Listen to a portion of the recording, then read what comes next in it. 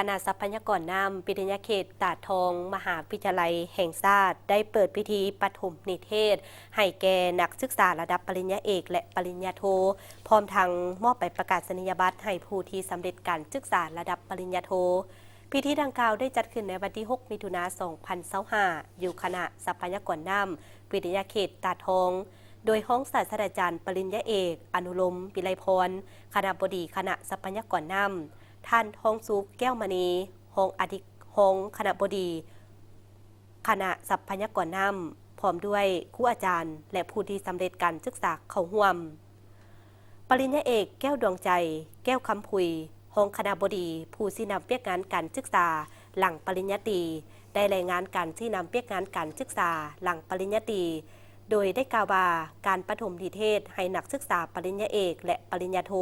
ทั้งผู้เก่าและผู้ใหม่ของหลักสูตรประกอบมี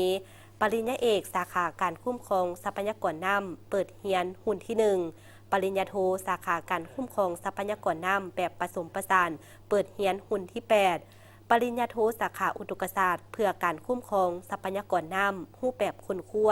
เปิดเรียนหุ้นที่ 5ปริญญาโทสาขาเทคโนโลยีชลประทานเปิดเรียนหุ้นที่ 1ในนั้นมีนักศึกษาปริญญาเอก9คนหญิง1คนนักศึกษาปริญญาโท41คนหญิง8คนพร้อมนั้นยังได้มอบใบประกาศนียบัตรให้ผู้ที่สำเร็จการศึกษาระดับปริญญาโทจำนวน3คนคือสาขาการคุ้มครองทรัพยากรน้ำแบบผสมผสานมี2คนและสาขาอุตกศาสตร์เพื่อการคุ้มครองทรัพยากรน้ำรูปแบบคนคั่วมีจำนวน1คน